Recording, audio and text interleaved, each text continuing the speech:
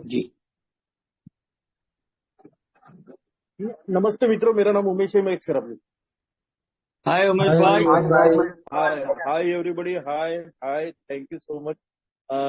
मित्रों, मैं एक शराबी हूँ और मेरा नाम उमेश है। भगवान की असीम कृपा है आप लोगों का साथ, निरंतर मीटिंग, जिस वजह से मैं शराब की जहरीली गुट से दूर हूँ और एक संतुलित जीवन केवल और केवल एक दिन के आधार पर जीने की कोशिश कर रहा हूँ। तो मित्रों, अभी 2-3 दिन पहले जो 24/6/2025 स्पेशल डे था मेरे लिए। शराब की दूरी के मैंने 6 साल पूरे किए। जो उमेश 6 मिनट तक यानी इंतजार नहीं कर सकता था शराब पीने के लिए, वो 6 साल की एक लंबी जर्नी ए में आने के बाद पूरा किया। तो विश्वास नहीं हो रहा, ऐसा लग रहा है मानो कि मैं कुछ चंद दिनों पहले ही ए में आया हूँ। इसकी वजह क्या है कि हमेशा ए का मीटिंग करना और सर्विस में इन्वॉल्व रहना, नए साथी सभासदों से मिलना, इस वजह से ऐसा लगता ही नहीं कि मुझे 6 साल हुए। ऐसा लगता है कि बस मैं अभी अभी ए में आया हूँ। तो आज जो मुझे टॉपिक दिया है और एक अपॉर्चुनिटी मिली है मुझे नवजीवन ग्रुप पे कि अपना ग्रेटिट्यूड पे करने का, इट मीन्स ग्रेटिट्यूड इन ये एक के प्रति आभार जिसे हम कहते हैं। तो हमें तो ऑलवेज ए में ग्रेटिट्यूड रहना बहुत जरूरी है। अगर मैं ए में ग्रेटिट्यूड नहीं रहूंगा ना मित्रों, तो मैं मेरा रिकवरी उतना खास नहीं होगा। तो स्टोरी इस तरह बनती है कि जब मैं अपने आप को देखता हूँ 6 साल पहले, तो seemingly hopeless state of mind and state of body जो बोला गया बिल ने जैसे बोला था, लगभग उसी तरह से मैं ए में आया था। और जहां तक वो जो अस्ता व्यस्त जो जीवन था, जो शारीरिक अस्ताव्यस्तता जो थी, पारिवारिक अस्ताव्यस्तता थी, व्यवसायिक अस्ताव्यस्तता थी, सामाजिक अस्ताव्यस्तता थी, हाँ, तो ये पूरी तरह से डामाडोल हो चुकी थी, कुछ भी नहीं बचा था। बस कुछ दिनों का जीवन था मेरे पास। अ, जब सांसें बोलो, महीना 2 महीना मैं ज्यादा से ज्यादा जीवन व्यतीत कर सकता था, क्योंकि मेरे शरीर ने जवाब दे दिया था। मेरा हाथ पैर बारीक हो गया था, चेहरे पे सूजन, पीठ की तरफ वो दर्द, असह्य दर्द होता था। तो निवाले अंदर नहीं जाते थे, हाथ पैर ऐसे थरथरा कांपते थे। सवेरे उठ के पानी पीता था तो वो पानी भी बाहर निकलता था, पानी के साथ साथ वो खून की उल्टियां होने लगी। इस तरह का आदमी शराब से दूर रह सकता है क्या? बिल्कुल नहीं रह सकता।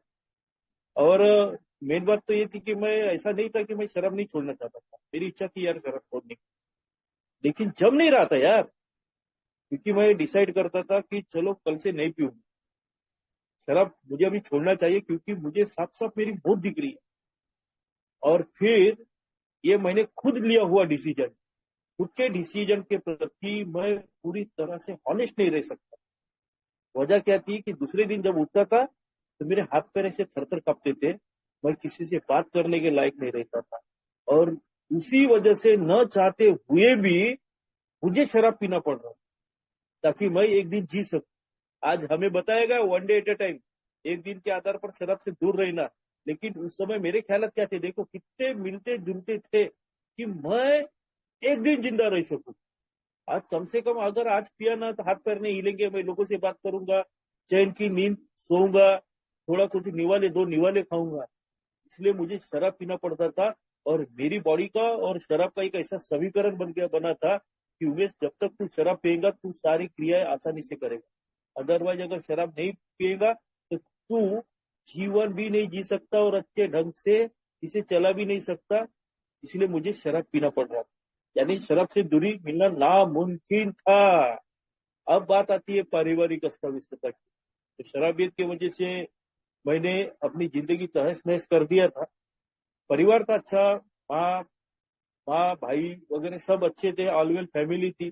पिताजी पहले शिक्षक हुआ करते थे, लेकिन पिताजी का देहांत हुआ और देहांत होने के बाद मेरा रिस्पॉन्सिबिलिटी था मेरे परिवार की तरफ ध्यान देना। लेकिन मैं अलग ही सोच रहा था कि मैं बाहर गांव पढ़ूंगा, अच्छी पढ़ाई करूंगा, खेती बाड़ी की तरफ ध्यान दूंगा और फिर एक अच्छी नौकरी हासिल करूंगा।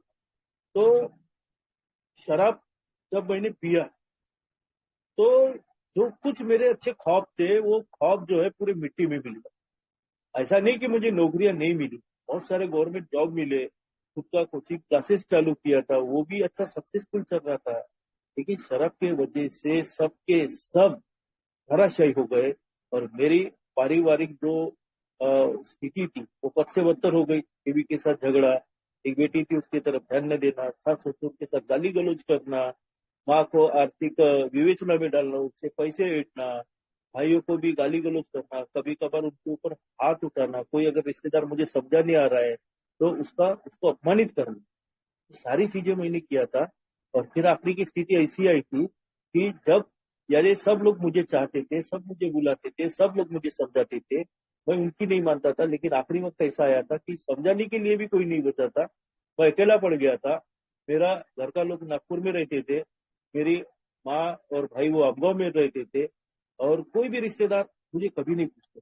वो खालीपन मेरी जिंदगी में इस कदर हावी हो चुका था कि मुझे रात को बहुत लोगों की याद आती, रिलेटिव की याद आती, वो हसीन पल मैंने उन लोगों के साथ बिताए थे, वो पलों की याद आती।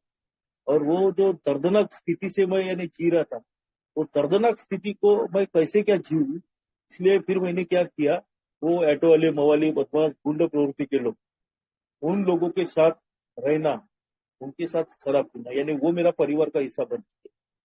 वो मेरी सारे काम करते थे और मेरा ज्यादातर समय उन लोगों के साथ ही शराब पीने में व्यतीत होने लग गया। ये पारिवारिक स्थिति हो गई थी। देखो, व्यवसाय क्षेत्र तो कुछ बचा ही नहीं था जिसे मैं अच्छा कह सकूं। एक जमाने में तो मैंने बहुत अच्छी जगह पे पढ़ाया, पीजी वगैरह, पीएचडी वगैरह, बहुत सारे सर्टिफिकेट है, लाख बारों का पानी निकालूंगा, कोई भी कॉलेज, कोई भी स्कूल मुझे आसानी से नौकरी पे रख सकता है, ये घमंड। और एक घमंड ही मुझे ले डूबा। एक बार शराब के नशे में टुल था, एक चोर आया, चोर ने सारे के सारे डॉक्यूमेंट्स लेके गया और मेरे पास कुछ भी नहीं बचा था। उस दिन मेरा परिवार के साथ थोड़ा बहुत झगड़ा हुआ, घर वालों ने मुझे बेदखल कर दिए, बाहर निकाल दिए, क्योंकि मेरी बीवी को लगने लगा कि इसने डॉक्यूमेंट्स नहीं, हमारा भविष्य खराब, इसके डॉक्यूमेंट्स नहीं चुराए किसी ने, हमारा भविष्य चुराया, क्योंकि वो डॉक्यूमेंट्स पे बहुत कुछ निर्भर करता था। और उनको लगने लगा था कि ये अभी कोई काम के लायक बचा ही नहीं है। और इसी वजह से मैं कहीं जॉब नहीं कर सकता था, मेरी डिपेंडेंसी माँ के ऊपर बनी हुई थी, माँ को पैसे मांगना। और माँ ने भी मुझे ब्रह्मपुरी लाके पटक दिया था आखिरी के क्षणों में। मैं यहाँ पे किराए के मकान में ब्रह्मपुरी में रहता था। तो इस कदर यानी मेरा जीवन व्यतीत हो रहा था। साथ ही साथ बताना चाहूंगा कि जो सामाजिक अस्त व्यस्तता बोलते हैं ना यहाँ पे, तो समाज के साथ मेरा रिलेशन एक जमाने में काफी अच्छा था। कोई भी मुझे पाटिल, सर, साहूकार ये संबोधित करके बुलाते। लेकिन आखिर के क्षणों में बेवड़ा, बहुत नालायक किस्म का आदमी है, इसको ये कॉलोनी में ये घर मालक ने कैसे क्या रूम दिखी रहा है, ये क्यों इधर रहने के लिए आया। मुझे देख के वो थूकते थे, गाली गलौज करते थे। मन में कभी ऐसा ख्याल आता था कि साला इनको दो यानी लगा दूं। लेकिन फिर और एक विचार आता था, अगर मैंने इनके साथ झगड़ा किया तो मैं जहाँ पे रहता हूँ वहां पे भी वो मकान मालिक जो है कहीं ना उससे कब्र खाली करवाए। इसलिए मैं सारी जिल्लतें जो है अपने झेल रहा था। सिर्फ शराब और मैं, यही मेरा रिलेशन, यही मेरी जिंदगी का मकसद था। मैं जिंदगी में कभी खड़ा हो सकता हूँ, फिर से एक अच्छा आदमी बन सकता हूँ, एक उपयुक्त जीवन जी सकता हूँ, शराब मुक्त रह सकता हूँ। और बशर्ते तो सबसे महत्वपूर्ण बात यह, इस धरती पे मैं जिंदा रह सकता हूँ, यही बहुत बड़ी बात। तो ऐसी अवस्था मेरी थी। अब आप अनुमान लगाइए कि इस तरह का आदमी अल्कोहलिक एनोनिमस में जाने के बाद सुधर सकता है क्या? आप बोलोगे बिल्कुल नहीं। अब ये का मैसेज मुझे जब 6 साल पहले मिला था, तो उस समय मैं खटिया पे लेटा हुआ था, 2 सभासद मेरे पास आए थे। तो उन्होंने अपना स्टोरी बताया। मेरा बीबी था उस समय। बीबी ने थोड़ा इंकरेज किया मुझे कि चलो एक बार चलते हैं अपन एक ही मीटिंग में। अब देखो, मैंने तकरीबन शराब छोड़ने के लिए बहुत बार प्रयास किए, कई पैसों की हमने बर्बादी की है शराब छोड़ने के लिए, लेकिन एक भी जगह सफलता हासिल नहीं हुई। हर बार निराश हाथ में लगी। हम वो मध्य प्रदेश हो गया, नासिक हो गया, ये इधर अपना छत्तीसगढ़ हो गया, एक गोंदिया हो गया, यहाँ पे किसी ने अगर बताया कि नहीं यहाँ पे शराब छूटती है, बस मेरी बीबी मुझे पकड़ के वहां पे लेके जाती। कई दफा तो नागपुर में वो दरगाह वगैरह रहते थे, वो दरगाह लेके गए। लेकिन शराब पे मेरा बस बिल्कुल नहीं चलता था, मैं शराब को रोक नहीं सकता था। और वहां की जो भी हमने उपाय योजना की थी, उसने कभी भी हमको सक्सेस नहीं मिला। जब मेरी शराब की वजह से हालत खराब हुई थी, तो मुझे डॉक्टर के पास, ये मेरे ऑटो वाले जो दोस्त थे, रिक्शे वाले, वही लेके जाते थे। उस समय मैंने पूछा था, यार डॉक्टर साहब शराब छोड़ने के लिए कुछ है क्या? डॉक्टर बोलता है कि सब तुम्हारे मन के ऊपर है, कंट्रोल करो आप। पीते भी हो तो इतनी मत पिया करो, और पीना भी है तो अच्छी ब्रांड की पिया करो। ये सारी चीजें वो डॉक्टर मुझे बताता था, लेकिन ऐसा नहीं बोलता था कि शराब के लिए कुछ तो भी मेडिसिन या टैबलेट बनी है। वो चीजें नहीं बोलता था। मतलब साफ साफ है मित्रों, ये शराब छोड़ने के लिए हमारा आबा बाबा होम हवन, डॉक्टरी इलाज असफल। अब दूसरी बात करूंगा मैं परिवार की। तो परिवार जो था, मैं बहुत चाहता था यार अपने परिवार में, मेरी बीवी, मेरी बेटी, बहुत ही चाहता था। भला वो मुझसे दूर रहती थी, लेकिन आखिरी के समय में एक बार मैं बहुत शराब के नशे में तुल था। मेरी बीबी आई थी मिलने के लिए। तो उस समय मैंने पैर पढ़ के बोला था कि इसके बाद मैं शराब नहीं पीऊँ। बेटी की कसम खाया कि शराब नहीं पीऊँ। बात बताओ कि क्या मुझे मेरी बेटी और बीवी क्या मुझे पसंद नहीं थे क्या? कोई अपनी बेटी की, कोई अपनी बीवी की झूठी कसम खा सकता है क्या? लेकिन मेरे जैसा शराबी झूठी कसम क्या, एक यानी हाथ सर पे हाथ रख के कसम खाता था, और दूसरे दिन में शराब। मतलब साफ है कि मेरा परिवार, प्रिय परिवार भी मुझे शराब से दूर नहीं कर सकता था। ने पहले बोला था आबा बाबा होम हवन, फिर बोला डॉक्टर, वो भी दूर नहीं, फिर परिवार भी नहीं। अब ये जो दो बंदे आए थे मेरे पास, एक का मैसेज लेके बोले एक बार चलो चलो। मेरी बीबी ने बोला कितनी जगह तो हम गए ही हैं, एक बार जाने के लिए क्या हर्ज। और मैं भी बोला चलो यार, बीबी का जिद रखने के लिए चले जाता हूँ। बहुत दूर से आई, नागपुर से। और वो क्या ज्यादा दिन तो रहने वाली है ही नहीं। आखिरी बार तो मेरे को अपनी बेटी को मिलाने लाई थी। देखो वो आखिरी आखिरी चांस था देखो, क्योंकि उसके ऊपर बहुत प्रेशर बन रहा था मेरे से तलाक करने का। और वो आखिरी समय था जब मैं नागपुर से आई थी। और देखो miracle happen, the journey is begin here. यहाँ पे एक मीटिंग में गया। एक मीटिंग में जाने के बाद मैंने इन लोगों को सुना। समझ में नहीं आ रहा था, क्योंकि मैं एड़ा बन चुका था, पागल की माफिक मैं सब सोच रहा था। मेरा बिहेवियर भी वैसा था, कपड़े वगैरह, मेरे बाल वगैरह सब। कई दिनों से नहाया हुआ नहीं था, ये समझ में नहीं आ रहा था। लेकिन मीटिंग खत्म होने के बाद भाइयों ने बोला कि आप आते रहो, हमारी जिंदगी में चमत्कार हुआ है, आपके जिंदगी में भी चमत्कार होगा। ये चमत्कार नाम का शब्द। और साथ ही बोले कि यहाँ पे दारू से दूरी जरूर मिले। मैंने अपने मन ही मन में सोचा था मित्रों, अगर अल्कोहलिक एनोनिमस में जाने के बाद अगर मेरी शराब छूटती है, तो मैं एक ही यानी अल्कोहलिक एनोनिमस की अपनी जिंदगी भर मैं गुलामी करूंगा। और उस समय मैं कंटिन्यूसली एक मीटिंग करने लगा। अच्छे लोगों का सहवास बोलो, अच्छे लोगों के साथ रहना, रोज मीटिंग करना, वो एक एक ख्यालात अपने ऊपर हावी करना। बहुत तकलीफ, बहुत पीड़ा के बाद मेरा शराब रुक गया। अच्छा लगा शराब रुकने के बाद। वो हाथ पैर का हिलना, हेलुजिनेशन, जो घर में किसी अज्ञात व्यक्ति के होने के भास होना, पंखा गिर रहा है, घर में सांप घुसा है, ये सब जो मेरे अंदर जो ख्यालात बनते थे, जिसे अल्कोहलिक एनोनिमस में हेलुजिनेशन बोला। तो ये हेलुजिनेशन से मुझे 4-5 दिन के बाद मुक्ति मिली। यानी धीरे धीरे मुझे अपने आप पर विश्वास होने लगा, यार उमेश तू शराब से 4 दिन दूर है, वंडरफुल। फिर कुछ दिनों के बाद थोड़ा थोड़ा खाना जाने लगा। और फिर मेरी यानी कैसा एक के प्रति यानी मेरा विश्वास यानी प्रकट होते गया। बहुत दिनों के बाद यानी नींद नहीं लगती थी, क्योंकि इस शरीर को आदत पड़ चुकी थी शराबियत, शराब की वजह से सोना। तो शराब की वजह से शराब ना पीता था तो नींद नहीं लगती थी, लेकिन मैं शराब से दूर था। अच्छा लग रहा था शुरुआती के दिनों में, और महीना 1.5 महीने के बाद वो भी मेरी समस्या हल हो गई। मुझे आसानी से नींद लगने लगी। ये भी बोला अरे यार सोने पे सुहा गया है ये तो। यानी शराब की ना पीऊ, एक का मीटिंग करो, इनके अनुभव सुनो, इनके साथ रहो, तो बहुत इजीली मैं शराब से दूर रह रहा हूँ। ये बात मेरे समझ में आ गई, और मैं कंटिन्यूअसली मीटिंग में जाने लगा। और जैसे जैसे मैं मीटिंग में गया, बिकम सोबर। कुछ महीने हो चुके थे, और कुछ महीने के बाद मेरा बीबी वगैरह मेरे पास रहने के लिए आया था। वो रहने के लिए क्यों आया? वो आया नहीं, मैंने जबरदस्ती लाया था, क्योंकि वो मेरी बदनामी हो रही थी, यार ये अकेला रहता है, इसका परिवार नहीं है क्या। तो मैं लोगों को दिखाना चाहता था कि मेरा परिवार है, मेरा बीबी है, और मेरे व्यवसाय के लिए बहुत जरूरी था, क्योंकि बहुत सारे यानी जो पेरेंट्स थे, ये अकेला टीचर रहता है, इसलिए वो अपनी बच्ची का एडमिशन मेरे पास नहीं करते थे। तो बीबी आई, जैसे आई, तो अब बताता हूँ, मैंने अपने अल्कोहलिज्म में बहुत सारे कर दिए। कई लोगों से पैसे लिया था, बैंक का लोन, गोल्ड लोन, साथ ही किसी गटका लोन, और वो सब कर्जेदार होते, वो परेशान था। तो उस समय मेरी बीवी ने उनके दूसरे माध्यम से बैंक लोन या पे गट या बोलो, वो बीसी बोलो, उस माध्यम से उनके सारे पैसे चुका दिए, और ब्रह्मपुरी आ गए। और ब्रह्मपुरी आने के बाद मैं बोला कि आपको महीने का 10,000 देना पड़ेगा। अब साला ये मैं डर गया इधर, क्या महीने का 10,000 दूंगा इसको, मैं खाऊंगा क्या?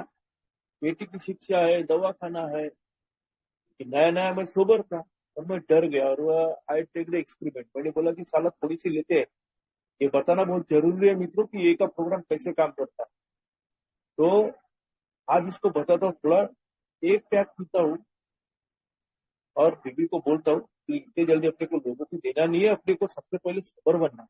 पहले अपने को अपनी यानी अपना व्यवसाय स्तर अच्छा करना है, पहले अपने को चार पैसे जमा करना है, कमाना है, फिर सोचेंगे ना। लेकिन देखो, हमारे सोचने से दुनिया नहीं चलती। लोग हमारे वजह से शांत नहीं बैठते, क्योंकि जितनी जरूरत यानी मुझे पैसे की थी, उतनी जरूरत हो सके उसको भी। और क्या हुआ, मैं सिर्फ बीबी को दिखाने के लिए आई टेक द ड्रिंक, थोड़ी सी मात्रा में पीता हूँ, तो भागता हूँ, और अल्कोहलिक एनोनिमस में पूरी तरह से वफादारी दिखाऊंगा। मैंने शराब नहीं पिया। देखो, मैं बीमारी का पार्ट मेरे को उस दिन समझा था, वो तारीख थी 20 जून 2019, जहाँ पे मैंने ए में आने के बाद जो रिलैप्स बोलते हैं, वो रिलैप्स मेरे हाथ से हुआ। शराब पिया मैंने 4 महीने के बाद, लगभग 4 महीने के बाद शराब पिया, और सोचा था एक ही पैक पीऊंगा, लेकिन एक पैक पे मैं नहीं रुक सका, मुझे फिर शराब पीना पड़ा। और इतनी शराब पिया कि मैंने वो 4-5 दिन में कम से कम 8-10 हजार रुपये की शराब फूक दिया। और घर का वातावरण इतना खराब हो गया था, बहुत नाजुक मोड़ पे आया था हमारा देश, क्योंकि 8 ही दिन हुई थी मेरी बीबी आई, और 8 दिन में मैंने अपनी औकात दिखा दी। सारे लोगों ने मेरे बारे में अनुमान लगाना चालू कर दिया, अल्कोहलिक एनोनिमस के मेंबर ने, कि इससे नहीं बन पाएगा। मैं साला 4 महीने सोबर था, 4 महीने अच्छा हो, सब कुछ अच्छा था, और सिर्फ एक वाक्य, एक घटना, इस वजह से मैंने बड़ा शराब। और एक बार फिर कार्यक्रम में गया जहाँ पे मुझे मेंबर मिले, और कुछ मेंबरों का वो स्नेह प्यार, और जब मैंने अपने घर के लोगों के चेहरे पे देखा कि उनके वो नाराज चेहरे, गुमसुम, वो देख के कहीं ना कहीं मैं मुझे गिल्ट महसूस हुआ, यार अंदर से फीलिंग आई, उमेश तू बहुत बड़ा दोषी है। भगवान ने तुझे अपॉर्चुनिटी दिया था कि तू शराब से दूर रह सकता है, फिर भी तूने क्या नहीं शराब। 20, 21, 22, 23, 23 जून 2019, ये 23 जून मेरा 2019 का आखिरी दिन था, जिस दिन मैंने शराब किया। उसके बाद मैंने कभी जिंदगी में पीछे मुड़ के नहीं देखा। उस दिन मुझे रियलाइज हुआ, वास्तव में जो बोलता है ना बिल को, वो लाइटनिंग हुआ, फ्लैशबैक वगैरह वगैरह।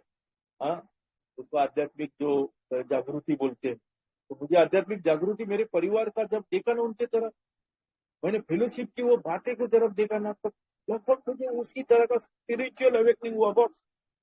और उसी समय लगा कि अब नहीं ना उमेश, ये आखिरी मौका है यार, बस limit is limit now, you done it, you deserving candidate for ये। तुझे खुद शराब से दूर रहना है, तेरी कितनी भी बड़ी समस्या। और फिर 24 तारीख को देखो, समस्या ऐसी थी कि 5 रुपए का ठेला मेरे हाथ में नहीं था, घर में दुख का वातावरण था। और उस दिन मैंने क्लास में अपना कदम रखा, पूरा दिन भर मैंने प्रेयर किया, भगवान से मदद मांगा कि हे भगवान मुझे सोबर रख, और मेरी समस्या जो है, जो भी समस्या है, उससे मुझे मुक्ति दिला। तो मेरे कल हैपन इन अल्कोहलिक एनोनिमस बोला गया है, उसी दिन भगवान ने काम करना कर दिया। और उसी दिन बहुत सारे एडमिशन आए हैं, और ये एक जीवन जीने की प्रेरणा मिली मुझको। उसी दिन शाम को मैं मीटिंग में गया, मुझे मीटिंग में वो स्नेह मिला फिर से दोबारा, फिर से वो प्यार, फिर से वो अपनापन मुझे महसूस हुआ। और फिर उस दिन से लेके आज तक मैंने ए का दामन कभी नहीं छोड़ा। जब भी मुझे समय मिला है, मैंने ए के लिए अपना हमेशा के लिए समय दिया है। वहां पे कंटिन्यूअसली मैं अभी भी ए की मीटिंग्स करता हूँ। तो फिर जर्नी ऐसी चालू हो गई मित्रों। और धीरे धीरे क्या हुआ, फिर अल्कोहलिक एनोनिमस में आने के बाद मुझे 1 साल हुआ। 1 साल के बाद बहुत सारे लोगों का प्यार मिला, बर्थडे विशेष मिला। बहुत लोगों ने अच्छा मार्गदर्शन किए कि आगे का रास्ता कैसे जीना है। अब जब मैं देखता हूँ अपने आप को कि अभी तो मुझे 6 साल मेरा रिकवरी का हो गया है, तो 6 सालों में परिस्थिति जो थी बहुत ही यानी बहुत ही डिफरेंट है, वो वातावरण और आज का वातावरण। मैं ऐसा नहीं बोलूंगा यार I become sober last 6 years, तो मेरी जिंदगी में समस्या नहीं है। भगवान ने बहुत बार परीक्षा ली है, बहुत बार ऐसे बहुत बार ऐसे मोड़ आए जो मुझे सड़क की तरफ ले जा सकते थे, लेकिन मेरा दृढ़ विश्वास एक के ऊपर, हाँ, ये दिन भी जाएंगे, ये जो हमें स्लोगन दिया है, this day shell will pass, उसके उसके ऊपर ट्रस्ट। परिस्थिति हमेशा एक समान नहीं होती। हार के बाद जीत होती है, अंधेरे के बाद रोशनी होती है। Action is the magic word, करनी करेंगे तो नर का नारायण बनेगा। नो पेन नो गेन, ये कई सारी ऐसी चीजें जिससे मेरे अंदर वो उत्साह भर दिया। और उस दिन मैंने ठाना था कि कितनी भी विपरीत परिस्थिति क्यों ना है, ये का दामन नहीं छोड़ना है। अपनी सोब्राइटी प्रियोरिटी, अपनी सोब्राइटी को मेंटेन रखो। रिकवरी खुद ब खुद धीरे ही सही तुम्हें जरूर हासिल होगी।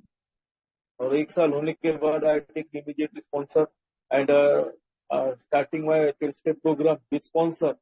जब मैंने देखा कि पहला कदम जहाँ पे दिया गया था कि मैंने अपनी हफ्ता सिर्फ किया क्या, बीमारी तो मैं सोबर था, तो ऑब्वियसली मैंने बीमारी को माना, जाना, समझ रहा हूँ, सुन रहा हूँ। लेकिन जो अनमैनेजेबिलिटी की जो पोजीशन जहाँ पे पहले कदम के तहत उसके ऊपर काम किया क्या, तो ये मेरा फर्ज बनता है अब। आई बिकम सोबर, आई पे माई ग्रेटिट्यूड। हाँ, मैं भगवान का शुक्रिया अदा कर रहा हूँ। मैं बिल डब्ल्यू डॉक्टर बाप का शुक्रिया अदा कर रहा हूँ। जिन लोगों ने मुझे ए मिला है उन लोगों का शुक्रिया अदा कर रहा हूँ। मैं अपने परिवार का शुक्रिया अदा कर रहा हूँ। मैं जिन जिन लोगों को तकलीफ दिया उन लोगों को अमेंड कर रहा हूँ, माफी मांग रहा हूँ। बस यार, मैं 10 साल क्या कर रहा हूँ, ए में मेरा जो ग्रेटिट्यूड जो हो रहा है, वो ग्रेटिट्यूड में मैं उनका माफी मांग रहा हूँ। लेकिन मैं अपनी असल जिंदगी में मैं वैसा उस तरह का जीवन जी रहा हूँ क्या? उस तरह का जीवन तो मैं नहीं जी रहा था। इसलिए अल्कोहलिक एनोनिमस ने जो बोला है वो जीवन तुझे जीना पड़ेगा, जहाँ पे दूसरा कदम दिया गया था मेरे लिए कि कोई भी उच्च शक्ति higher power came to believe बोला गया, that power greater than our self, वही तुझे वापस होश में बुला सकती है। तो उसके ऊपर मैंने विश्वास करना चालू किया और धीरे धीरे जो परिस्थिति थी वो बदलने लगी। हाँ, अपनी इच्छा त्यागना, हाँ, भगवान का अस्तित्व को हमेशा स्वीकार करना। तो ये सारी की सारी चीजें मैं ए में आने के बाद करने लगा। और फिर चमत्कार होने लगा। बहुत सारे ऐसे डिबेट्स थे, मेरे जो गुस्सा था, मेरे अंदर फियर की भावना थी, वो अनसेक्सुअल अनमैनेजेबिलिटी थी, है, तो वो अच्छा कर रहा, उसके लिए स्पॉन्सर की बहुत अच्छी मदद मिली। हाँ, मेरे जो डिबेट्स थे वो किसी आदमी के सामने शेयर करना, मीटिंगों में जाके शेयर करना। तो ये मैं क्यों बता रहा हूँ यार, why I am telling about the 10 step program. ये अगर मैं इंटायरली ग्रेटिट्यूड हूं ना यार, तो मुझे ये चीजें बताना पड़ेगा, ये मेरे अंदर बदलाव लाना पड़ेगा। नहीं तो मैं बोलने के लिए मैं पहले दूसरे तीसरे बर्थडे तक मैंने अपने बीवी का ग्रेटिट्यूड पे करते समय बहुत बोलता था कि मेरे बीबी ने मुझे एक का रास्ता दिखाया है, मेरे बीबी ने मेरे से तलाक नहीं लिया, मेरी बीबी ने मेरी बेटी को संभाला, मैं उसका बहुत बहुत शुक्रिया अदा करता। हाँ, और मैंने शराब के नशे में उसको ये मारा वो मारा, ऐसा किया वैसा किया, और माफी मांगी। लेकिन असल जिंदगी में मैं अपनी सही जिंदगी जी रहा था क्या? 3 साल तक समझ में नहीं आया कि मेरे को मेरे परिवार के साथ रिलेशन कैसे रखना है। मैं हॉनेस्टली एक्सेप्ट करता हूँ ये चीजों को। हाँ, 3 साल तक समझ में नहीं आया, लेकिन बाद में समझ में आया कि इनकी भावना क्या है, ये क्या चाहते हैं, मेरी पारिवारिक रिस्पॉन्सिबिलिटी क्या है। और उस दिन से मित्रों मेरे परिवार में मेरे रिलेशन अच्छे होने लगे। जब मैंने बात किया कि मुझे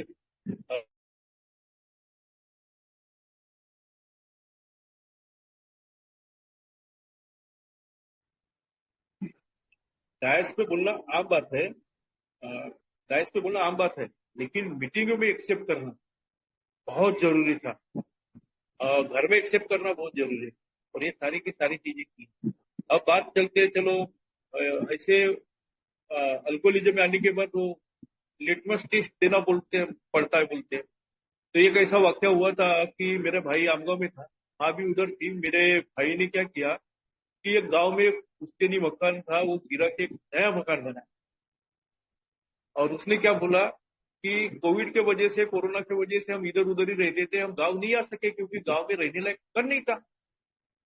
अपने को बोले गांव में बोले एक मकान बनाएंगे बोले, और दिवाली समर वैकेशन में पूरा का पूरा परिवार आएंगे। बोला अच्छी बात है, बना ले। अब उसने क्या किया, मेरी जगह पे वो मकान बना दिया। अब मकान बनाने के बाद उसकी मंशा अलग। उसने क्या किया, मेरी माँ को मकान बनाने के बाद मेरी माँ को बोलते कि तू तू गांव में जाके रह। उस समय मेरे को बहुत गुस्सा आया। मैं अपने बोला कि मेरी माँ 30 साल तक वो आमगांव शहर में रही, और आज ये सब हड़प उधर का प्रॉपर्टी हड़प हड़प करके ये इसको इधर भेज रहा है। बहुत सारा गुस्सा था। मैं गया उसको समझाने, दो दो बातें हुई। और दो भाई के साथ जब दो दो बातें हुई तो मेरे मुंह से ऐसा निकला कि भगवान तेरा कभी भला नहीं करेगा। देखो मैं अल्कोहलिक एनोनिमस में, हाँ, अल्कोहलिक एनोनिमस में हूँ, और मेरे मुंह से क्या निकल रहा है कि भगवान देखना, भगवान कभी भी देखना, तेरे से तेरे को जरूर सजा मिलेगी। ये शब्द मेरे मुंह से निकले और मैं वहां से निकल गया था। मैंने ये नहीं सोचा था कि माँ इधर आएंगी तो मैं उसको संभालूंगा, ये मेरी रिस्पॉन्सिबिलिटी बनेगी। लेकिन मेरे स्पॉन्सर ने वो, या वो जो चीज थी वो मुझे याद दिला दी, यार अरे जो भी होता है वो अच्छे के लिए होता है। माँ जब आई ना तो तूने बहुत तकलीफ दिया, परेशानी दिया। अभी तू अभी उसको यानी खुशियां दे, उसकी रिस्पॉन्सिबिलिटी उठा। वैसे भी आफ्टर एट ऑल मेरी माँ तो पेंशनर थी, इकोनॉमिकल कोई प्रॉब्लम ही नहीं था। लेकिन मैं हर चीज में इश्यू बनाने में, मैं हर चीज का इश्यू बना। बाद में समझ में आया मुझे कि ये तो अच्छा ही हुआ है मेरी माँ आई, तो कभी मेरी तरफ भी रहेगी। मैंने बोला माँ को कि तू मेरे पास रह, लेकिन मेरी माँ ने बोली कि जब तक मुझसे बन रहा है तब तक मैं गांव में रहूंगी, जिस दिन मेरे से नहीं बनेगा उस समय मैं तेरे पास रहने के लिए आऊंगी। अभी माँ मेरे पास कर रहा है तो मैं पूरा उनका ध्यान रखता हूँ, वहां पे जाता हूँ, उनको क्या लगता है क्या नहीं। वैसे भी माँ ने अभी रिसेंटली 2 साल पहले, 2 साल से मैं माँ के सभी जो व्यवहार है बैंक के वगैरह वो सब सब मैं समझ। उसको पैसे की जब जरूरत होती है तो वो पैसा भी मैं उसको पहुंचा के दूं। यानी ये विश्वास जो आया है एक ही वजह से आया है। अब बात करते हैं अभी, चलो वो दूसरा यानी पार्ट जहाँ पे मैंने बोला था मेरे मुंह से बहुत दुआ निकली थी मेरे भाई के लिए, भगवान तेरा कभी भला नहीं करे। और एक ऐसा वाक्य हुआ मित्रों, जहाँ पे मेरे भाई की तबीयत अचानक खराब हो गई और उसको 3rd स्टेज का कैंसर डिटेक्ट। ये 1 महीना तो उसने हमको नहीं बताया। मुझे भी ये बातें दूसरों की तरफ से मालूम हुई, क्योंकि मेरी और मेरे भाई की बोलचाल बंद थी। और जब मुझे ये मालूम हुआ इसको 3rd स्टेज का कैंसर डिटेक्ट हुआ है, तो दिन भर मुझे बहुत बेकार महसूस हुआ। मैं गाड़ी चला रहा था, वही ख्यालात आ रहे थे मेरे मन में, साला मैंने इसको बदुआ दिया। फिर और मेरे सोच में पड़ता था, अरे यार ऑपरेटर वो मेरा भाई है, मैंने इसके साथ यानी कितने खुशनुमा पल बिताए, हम दोनों साथ में बड़े पड़े बले, साथ में खेले कूदे। और ये ख्यालात आता था कि छोटी बच्ची है, कैसा होगा। यानी देखो मेरा उदय यानी कैसा यानी एकदम पिघल गया। सारी बातें याद आ गई और मैं मनोमन बोल रहा था कि ये भगवान इसको बचा ले यार, और मुझे माफ कर, मैं इसको बहुत गलत भरला बुरा कहा। लेकिन मैं जब देखा मैंने अपने आप को कि मेरे अल्कोहलिज्म में उसने तो कई दफा मेरी माँ का, मेरे बाकी भाइयों का, जहां तक कि मेरे बेटी का भी ख्याल रखा था उसने अच्छी तरह से। हाँ, एक अगर उसने गलती किया तो मेरे लिए एकदम बुरा बना। लेकिन मुझे हर चीज में अच्छा ही ढूंढना। तो बाद में ये समझ में आया और मैंने डिसीजन लिया इमीडिएटली कि अपन उसको मिलने जाएंगे। मैं और मेरा बीबी उसको मिलने गया। वहां पे उससे बातें किया, उसका तबीयत का हालचाल पूछा। और जाते समय मेरे बीबी ने और मैंने डिसाइड किए थे कि हम कुछ पैसे उसको देंगे। हालांकि उसको पैसे की कमी नहीं थी, लेकिन कुछ पैसे हम उसको देंगे।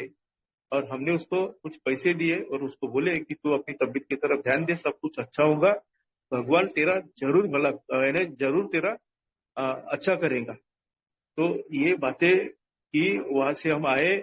और फिर धीरे धीरे वो रिकवर होने लगा। वो जो खराब जो संबंध थे वो अच्छे होने लगे।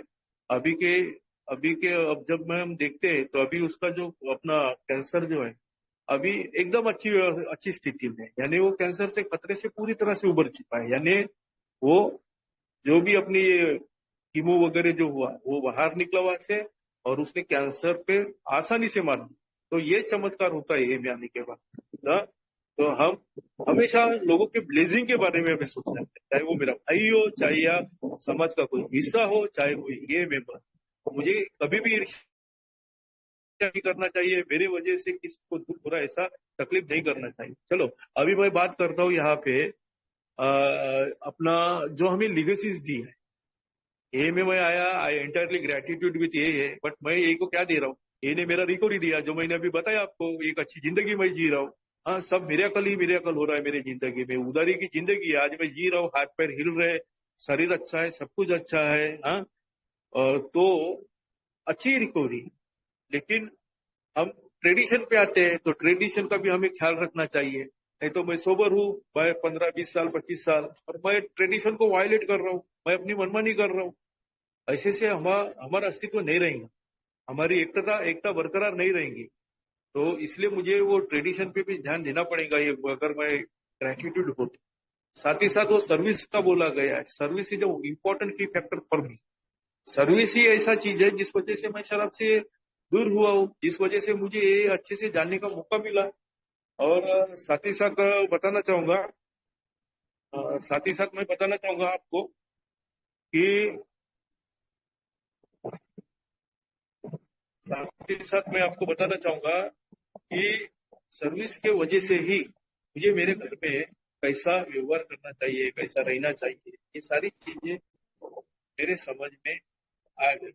आज मैं बहुत थैंकफुल और एक ग्रेटफुल अल्कोहलिक एनोनिमस मेंबर हूँ।